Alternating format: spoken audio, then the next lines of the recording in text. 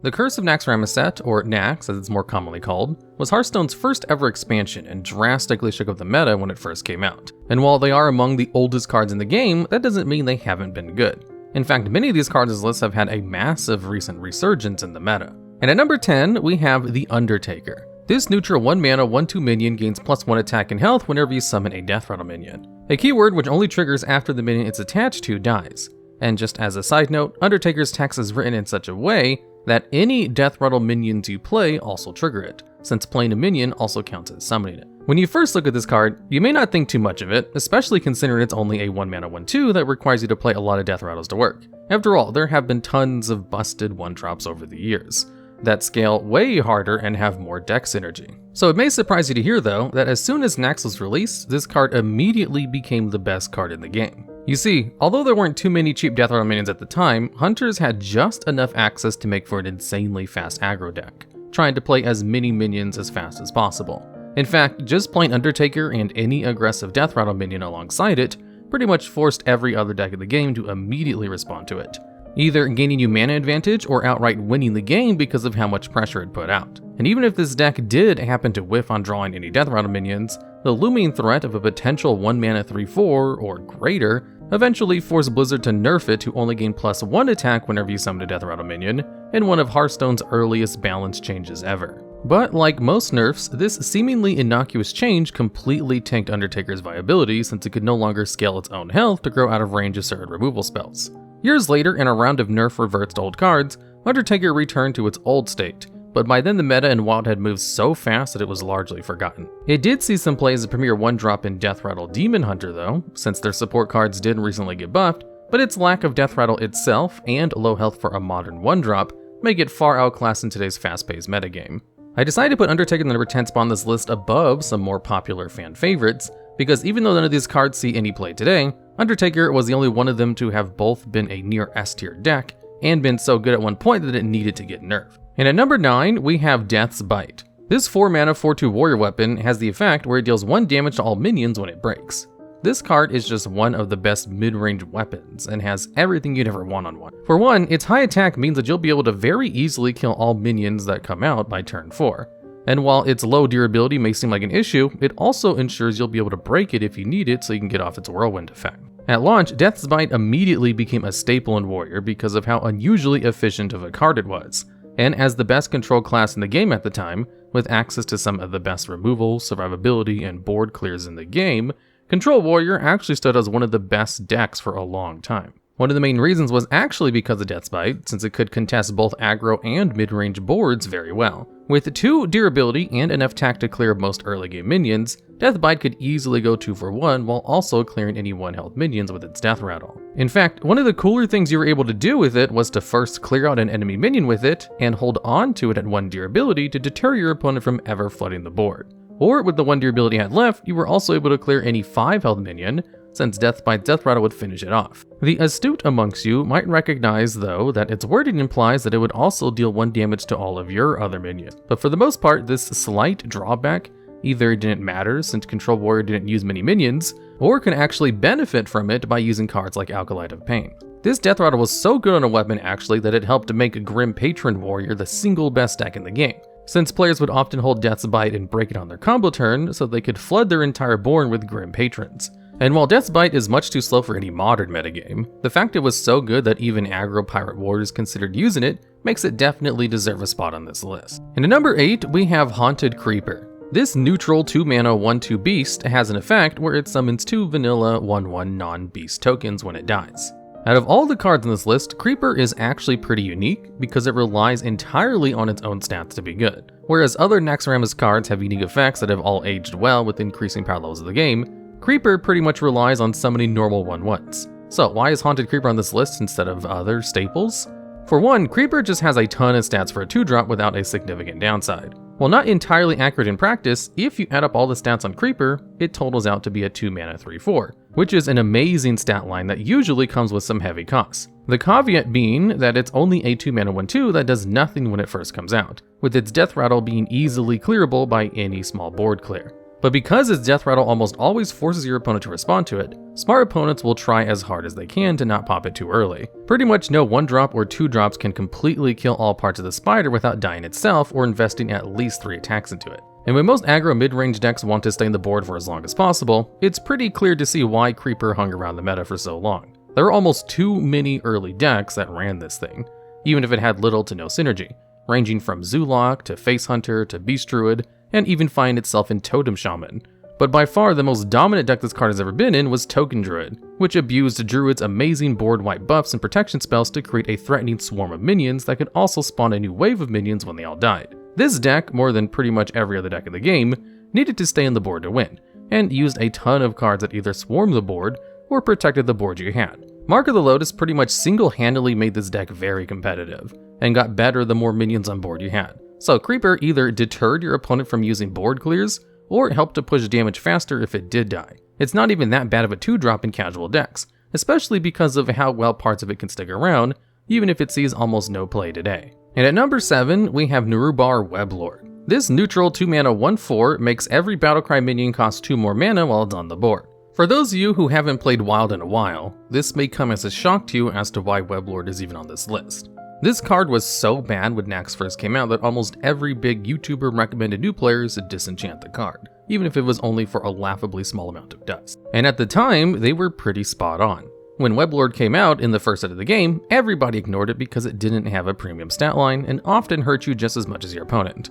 But despite its rocky start, Weblord could probably make it onto the top 10 list for awful cards that became god tier staples later on. Now, ordinarily, a 1/4 is pretty bad since it'll just die to any normal 2/3 minion, but in the modern Wild format, being a 2-mana 1/4 is actually an amazing stat line, since it can clear through the swarms of 1-health minions out there, and can live most early spell removals. You see, compared to the early days of Hearthstone, almost every good minion has to have an immediate effect on board when they're played. Sometimes it's in the form of a taunt or a board effect, but a vast majority of immediate effects are from battle cries. This is mostly because of the way keywords are written in Hearthstone, since if you want a minion to affect a trigger as soon as it's played, it has to be on a battlecry. That means there are a ton of battlecry minions, all of which are heavily affected by Weblord. This card falls into the rare category of a floodgate tech card, meaning it punishes certain cards by making them unable to be played. Of course, making battlecry minions cost 2 more may not sound like a lot, but when most games are decided in the first 4 turns, every mana crystal matters. And while Weblord doesn't see play in every deck, it has seen notable inclusion in Evenlock, Tax Paladin, and Token Druid as a way to deny Reno Jackson and other game-winning battle cries. It just goes to show how well Blizzard actually designed the Naxxramas cards, especially since it was the first expansion they ever printed. And while Weblord might have had a slow start, its continual and massive rise gives it a great spot on this list. And at number 6, we have Reincarnate.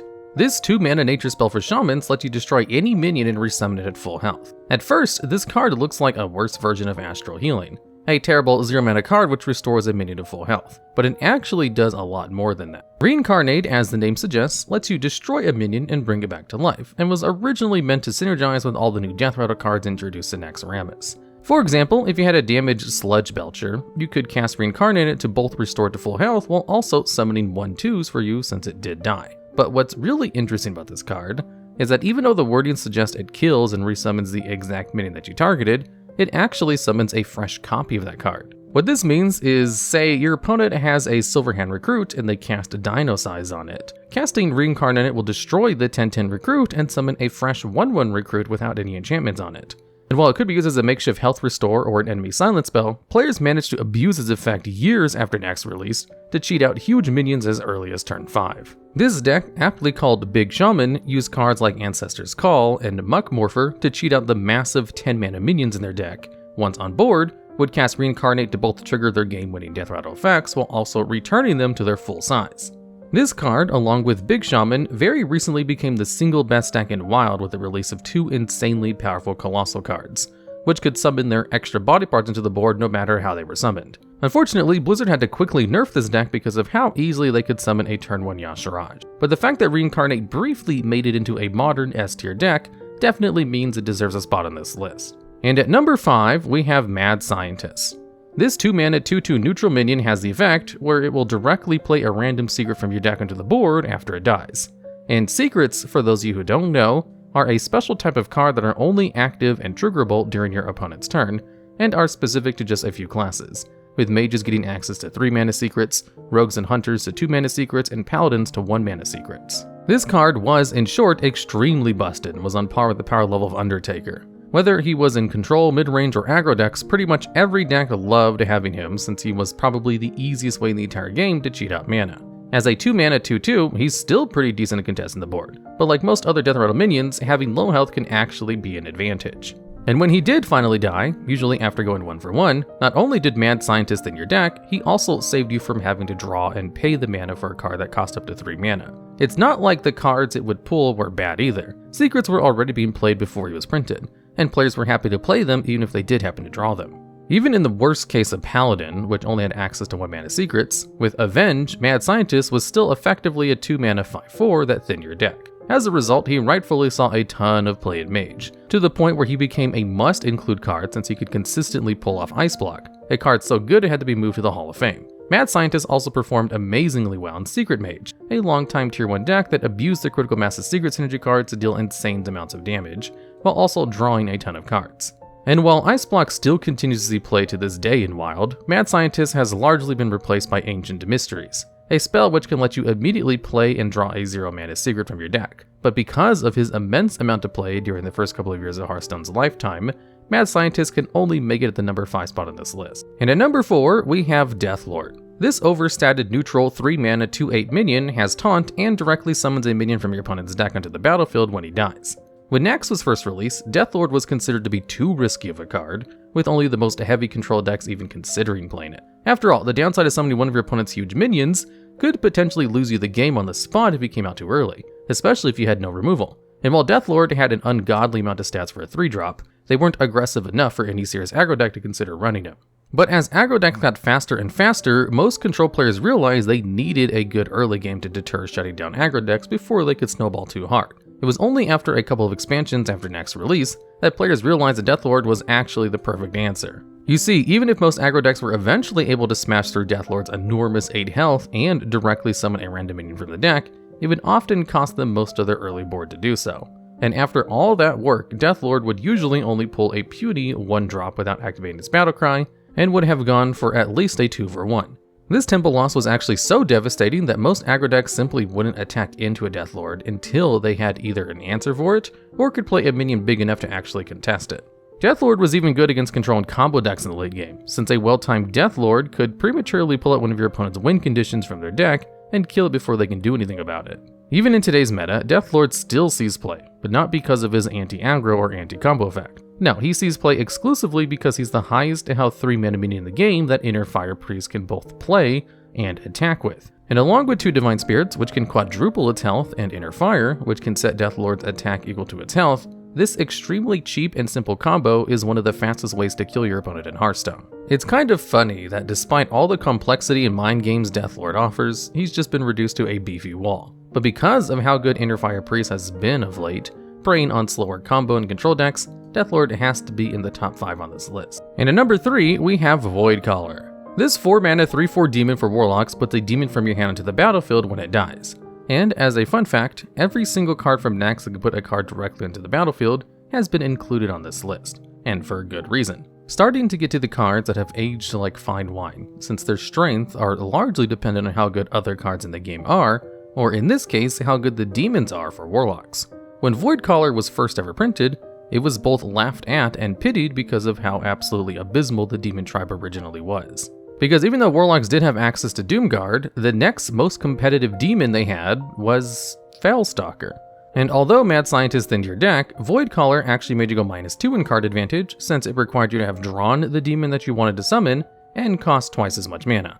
But with the release of Kobolds and Catacombs, which introduced some of the best archetype-specific support in the entire game, Warlocks suddenly had access to a nearly unbeatable big demon package. This package was made up of Skull Minari, which let you cheat out a free demon at the start of each of your turns, Possessed Lackey, which was like the demon version of Mad Scientist, and Voidlord, which was the big daddy payoff card of the whole deck.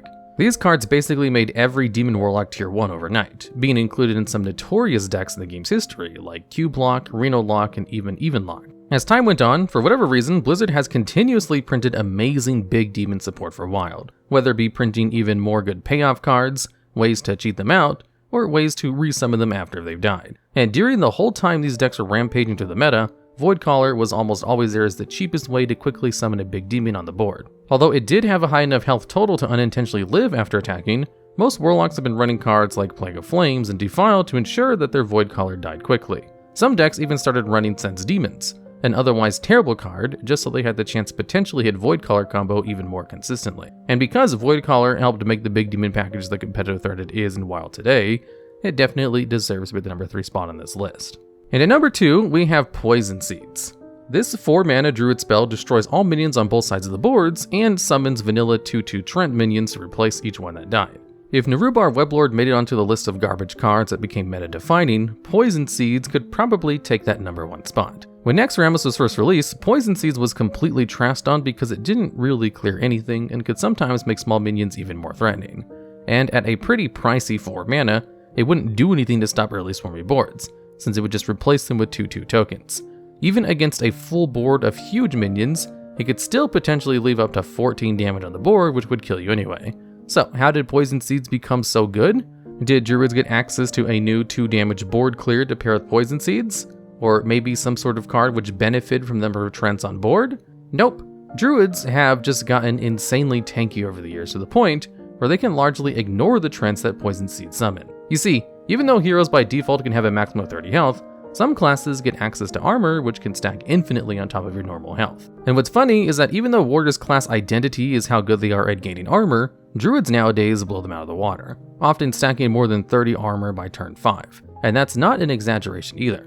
With access to some of the most flexible, efficient, and broken cards in the game, all of which can grant you armor, Poison Seeds became a natural fit. After all, in Wild, the biggest concern you have as a slow deck is if your opponent has a threat that can scale faster than you can gain armor, or if your opponent summons a ton of huge threats that can just punch through your armor. And while most other classes in the game would just put in a couple of hard removal spells to fix this, Blizzard decided that one of Druid's main limitations would be their lack of access to any good removal. Plus, with Spreading Plague, a spell which summons a 1/5 taunt for each minion your opponent controls, dealing with your opponent's board of 2/2s post Poison Seeds is actually quite trivial now. Ordinarily, Poison Seeds would be forgotten about in any other class, but because it's really Druid's only access to a board clear that doesn't target, can destroy minions through stealth, and is essentially a cheaper mass polymorph, pretty much every single control or combo Druid deck in Wild for the past couple of years has run it, and for good reason. And at number 1, we have Loatheb. This neutral 5-mana legendary minion is a 5/5 that when played, makes all of your opponent's spells cost 5 more mana during their next turn.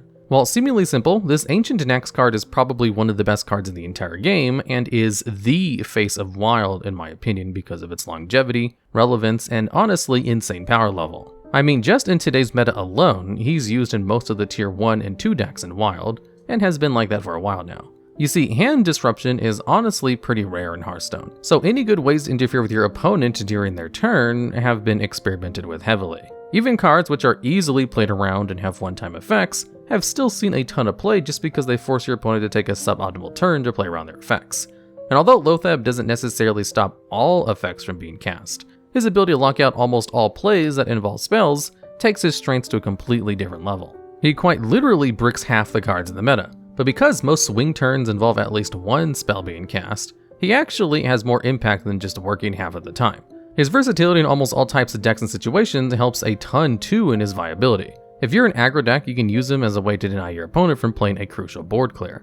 Or if you're a control deck, you can use him as a way to deny your opponent from playing their game-winning combo for an extra turn. Or if you're a combo deck, you can use him as a way to stall aggro decks from drawing or playing their finishers. He even works for any of the previously mentioned uses for any deck that's playing him, and even as just a good proactive turn 5 play. And the fact that he can be used in every deck against every matchup means that he's never a dead draw and always has at least one use, as long as you roughly know what cards your opponent's deck is playing and when they're most likely to play them. Loatheb is a card that will quite literally win games on the spot. As a result, Loatheb has been both a Wild staple and a longtime fan favorite card, which is why he definitely deserves to be called the best card to come out of the Naxxramas set. Alright, and that's the video. This idea was actually voted on by all of you, so if you'd like to pick another video you'd like to see next, be sure to check out the community tab. And as always, if you have any other ideas you'd like to see made into videos, please leave those down in the comments.